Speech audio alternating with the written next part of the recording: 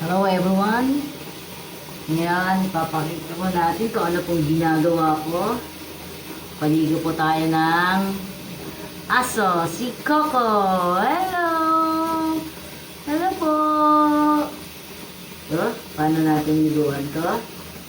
Pasensya na po kayo, medyo malikot po itong Coco namin.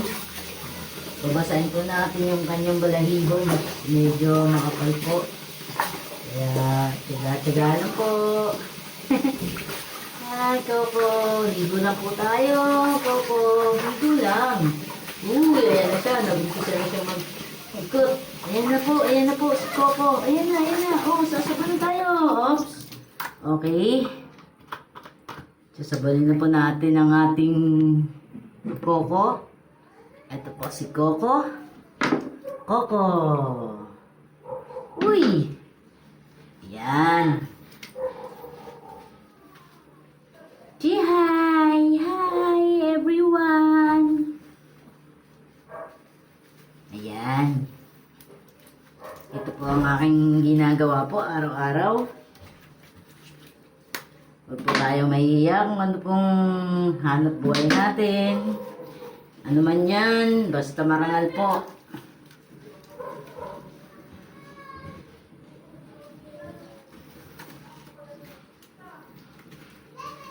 Oops! Hello!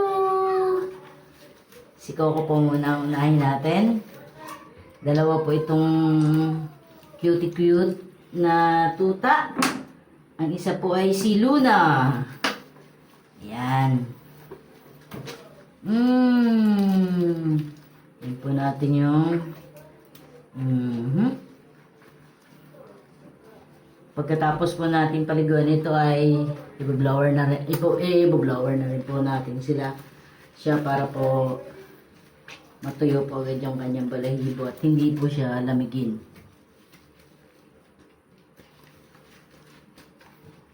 Kususin po natin para Hey, hello! Hello po, my name is Coco. Hello! Okay. Dito po pinaliguan sa CR po kasi mababasa po sa labas. Kaya dito na lang po siya. Okay, mabanlaw na tayo. Huwag malikot. Ayan na. Ayan na po. Banlawan na po natin. Ito malikot po. Hindi malikot ah. Hindi malikot ang kuko namin ah. Ayan na. Banlaw na tayo. Tapos, finish.